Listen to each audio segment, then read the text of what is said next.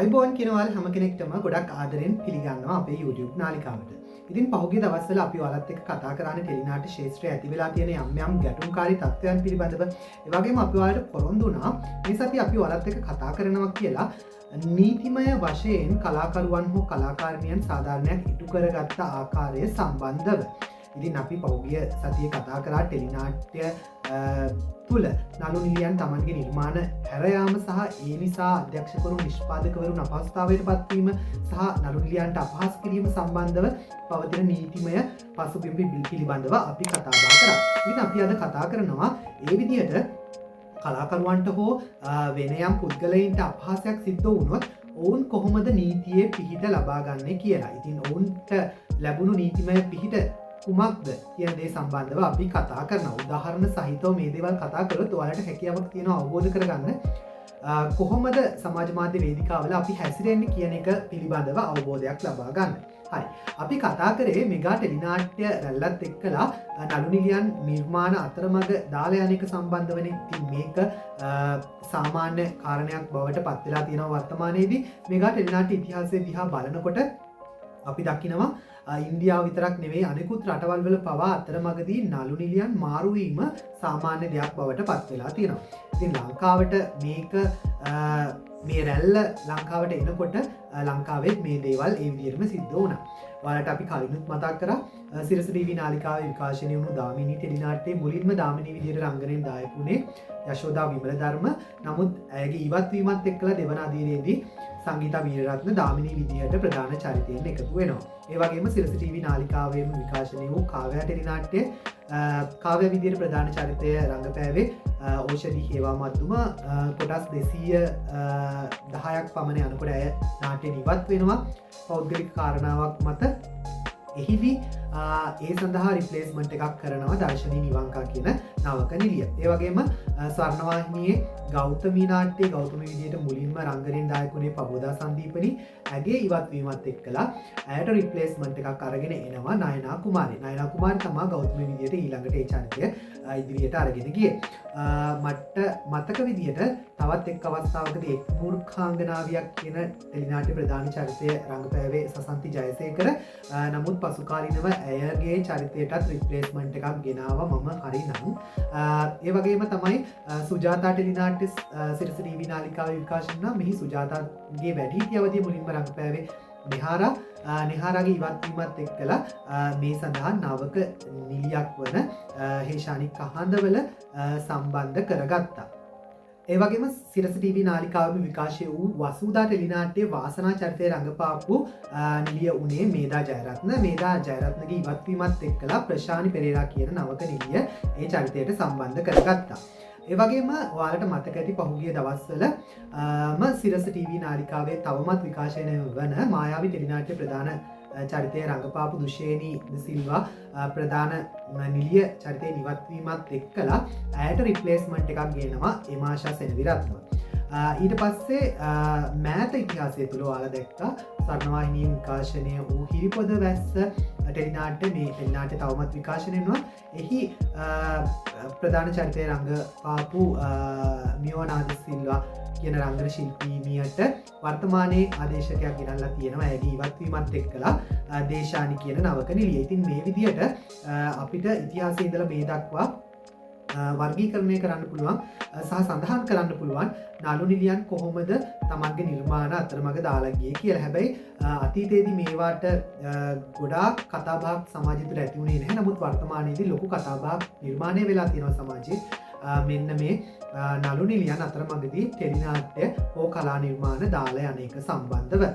ඉතින් මෙහිදී අපි දකිනවා නිර්මාණ අධ්‍යක්ෂකවරුන් ඒ වගේම නිෂ්පාදකවරුන් සමහර අවස්ථාවලදී මේ නළු නිලියන්ටව විරුද්ධව අපහාසාත්මක චෝදනා සමාජ මාධ්‍ය ඇතුලේ ප්‍රකාශ කරනවා. ඉතින් මේ අවස්ථාවලදී නළු නිලියන්ට අවකාශය තියෙනවා තමන්ට සිදුවුණු අපහාසය සම්බන්ධව නීතියට ඉදිරියට ගිහිල්ලා නෛතික රැකවරණය ලබා ගන්න. ඉතින් මේ වගේ අවස්ථා අතීතයේදීත් අපිට දැක ගන්න හැකියාවක් ලැබුණේ. වගේම තමයි නිර්මාණ කරුවන් විදියට තමන් කරන කියන දේවල් සහ තමන් කතා කරන දේවල් කිසිම වෙලාවක නීතියට හෝ රටේ සාමයට බලපෑමක් වෙන්න බැහැ. තවත් කෙනෙකුට බලපෑමක් වෙන්න බෑ. එහෙම අවස්ථාවකදී ඔවුන්ට හෝ අදාළ පාර්ශවයන්ට එරෙහිව නීතිමය ක්‍රියාමාර්ග ගන්න හැකියාවක් තියෙනවා. ඔයාලට මතකයි පහුගිය කාලේ 2025 අවුරුද්දේ YouTube ක්‍රියාකාරිකයෙකු වූ සුදන්ත තිලකසිරි ඔහු රංගන ශිල්පියෙක් අධ්‍යක්ෂකවරයෙක් සහ ඔහුට විරුද්ධව යම්කිසි ආකාරයක චෝදනාවක් එල්ල වුණා අධිකරණයට අපහාස කිරීම සම්බන්ධව.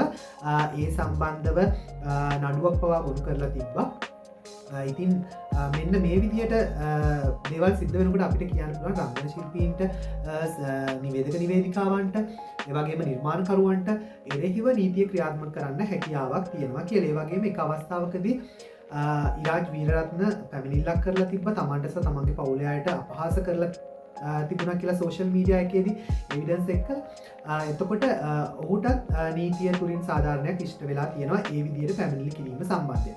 එතකොට එක් අවස්ථාවකදී ජනප්‍රිය චිත්‍රපට අධ්‍යක්ෂකවරයෙකු සෝමරත්න දිසානායක මහතාගේ නම භාවිතා කරමින් වෙනත් පුද්ගලයෙක් නවක රංගන ශිල්පිනියන්ට රංගන වරම් ලබා දෙන බව පවසමින් ඔවුන්ගෙන් ලිංගික අදහස් ලබා ගැනීම සහ මුදල් ලබා ගැනීම සම්බන්ධව කාරණාවක් පහුගිය දවස්වල සිද්ධ වුණා. ඉතින් මේකට එරෙහිව සෝමරත්න දිසානායක මහතා නීතිමය පියවර අරගෙන තිබ්බ තමන්ගේ නම අවභාවිතා කිරීම සම්බන්ධව සහ කාලීනව අදාළ තරුණයාට නීතිය ඉදිරියේ ඇත්ත පිළිගන්න සිද්ධ වුණා සහ ඔහුට දඬුවම් හිමි වුණා. ඉතින් මේ විදිහට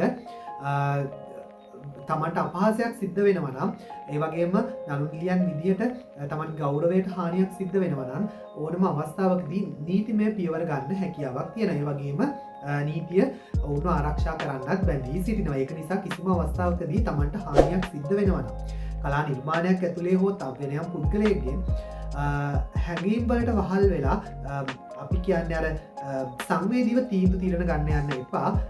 ඕනෑම අවස්ථාවකදී නීතිමය පියවර ගන්න නීතිඥවරයෙකු මාර්ගයෙන් නීතිමය සහන ලබා ගැනීමට හැකියාවක් තියෙනවා. ඒවගේම අපි දැක්ක පහුගිය කාලේ ගීත සම්බන්ධයෙන් කතෘ අයිතිය නිර්මාණ සම්බන්ධයෙන් කතෘ අයිතිය සම්බන්ධයෙන් විවිධ ගැටලු පැන නැගුණා. ඉතින් මේ අවස්ථාවලදී නිර්මාණකරුවන් තමන්ගේ අයිතිය වෙනුවෙන් නීති හමුවට ගියපු අවස්ථා අපි දැක්කා. ඒ අවස්ථාවලදී ඔවුන්ට නීතියෙන් පිහිට ලැබුණු අවස්ථාත් අපි දැක්කා. ඉතින් මේ හැම දෙයක්ම නෛතිකව විසඳාගන්න හැකියාවක් තියෙන. අපි කලින් කතා කරා නිර්මාණ අධ්‍යක්ෂකවරුන්ට නිෂ්පාදකවරුන්ට හැකියාවක් තියෙනවා සිවිල් නඩුවක් ගොනු කරන්න අතරමඟදී තමන්ගේ නිර්මාණය දාලා ගියපු නළුනිලියන් සම්බන්ධව කියලා. නමුත් ඇත්තටම මේක සිවිල් නඩුවක් විදියට දිසා අධිකරණයේදී කතා කරන්න පුළුවන්. නමුත් බොහෝ වෙලාවට මේ වගේ දේවල් කතා බහ කරලා විසඳ ගන්නවා. ඒක නඩුවක් දක්වා ඉස්සරහට අරගෙන යන්නේ නැහැ. මොකද කලාව කියන්නේ සුන්දර තැනක්, කලාව කියන්නේ සාමූහිකව වැඩ කරන තැනක්. ඉතින් මේ හැම දෙයක්ම සිද්ධ වෙන්නේ කලාව ඇතුළේ නම් මේ දේවල් කලාව ඇතුළේම විසඳ ගන්න උන්ට හැකියාවක් තියෙන්න ඕනේ. ඉතින් මෙන්න මේ විදිහට තමා නිර්මාණ සම්බන්ධව පවතින නීතිමය පසුබිම සහ කලාකරුවන්ට නිර්මාණකරුවන්ට එරෙහිව කොහොමද නීතිය ක්‍රියාත්මක කරන්න පුළුවන් සහ ඔවුන්ට කොහොමද තමන්ට එල්ලවන පීඩනයන් සහ අපහාස වලට නීතිමය සහනය ලබා ගන්න කියන එක. ඉතින් අපි පොඩි සාරාංශයක් බලමු කොහොමද මේ කතා කරපු දේවල් නිවැරදිව ක්‍රියාත්මක වෙන්න කියලා. සාමාන්‍ය නළුවෙක් හෝ නිලියෙක් නීතිමය ගිවිසුමක් නැතුව නිර්මාණයකින් ඉවත් වුණොත් ඒකට එරෙහිව කිසිම වෙලාවක නිර්මාණ අධ්‍යක්ෂකවරයාට හෝ නිෂ්පාදකවරයාට නීතිමය පියවර ගන්න හැකියාවක් නැහැ. නමුත් නීතිමය බැඳීමක් තියෙන තැනකින් ඒ බැඳීම උල්ලංඝනය කරලා නළුවා හෝ නිලිය ඉවත්වීමකදී ඔවුන්ට පුළුවන් සිවිල් නඩුවක් ගොනු කරන්න.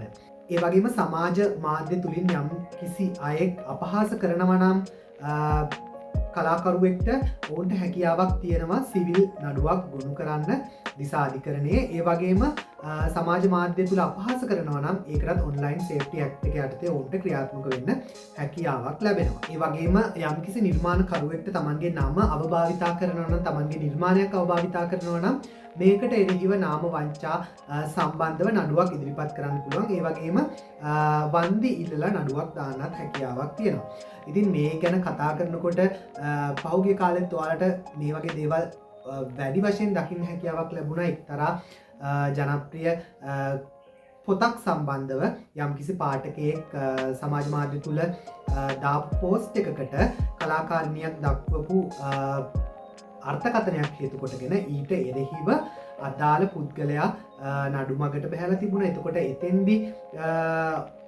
සිද්ධ වෙච්ච කාරණාවත් අපි හැම කෙනෙක්ම දන්නවා. මේ නිසා කලාකරුවන් විදියට නිර්මාණකරුවන් විදියට සාමාන්‍ය පුද්ගලයන් විදියට අපි හැම කෙනෙක්ටම වගකීමක් තියෙනවා අපි කරන කියන දේවල් පිළිබඳව වගකීම් සහගතව කටයුතු කරන්න. ඒවගේම කිසියම් ප්‍රශ්නයකදී ගැටලුවකදී හෝ තමන්ට සිද්ධ වෙන අසාධාරණයකදී නෛතිකමය වශයෙන් ක්‍රියාත්මක වෙන්න අපිට හැකියාවක් තියෙනවා. අපි සංවේදී වෙලා තීරණ ගන්නවට වඩා අපිට පුළුවන් නීතිය ඉදිරියට ගිහිල්ලා නීතියේ පිහිට පතන්න. මේ අවස්ථාවලදී ගොඩක් අවස්ථා අපිට දැක ගන්න පුළුවන් කලාකරුවන්ට කලා නිර්මාණකරුවන්ට සාධාරණයක් ඉෂ්ට වෙච්ච අවස්ථා. සමාජ මාධ්‍ය වේදිකාවන් පවතින්නේ නිර්මාණකරුවන් උදෙසා. ඒ වගේම යහපත් දේ සමාජගත කිරීම සඳහා කිසිවෙක්ට අපහාස කිරීමට හෝ කිසිවෙක්ට ද්වේෂ සහගත ලෙස පහර දීමට සමාජ මාධ්‍ය භාවිතා කරනවා නම් මෙතන අපිට කලාවක් දකින්න හැකියාවක් ලැබෙන්නේ නැහැ.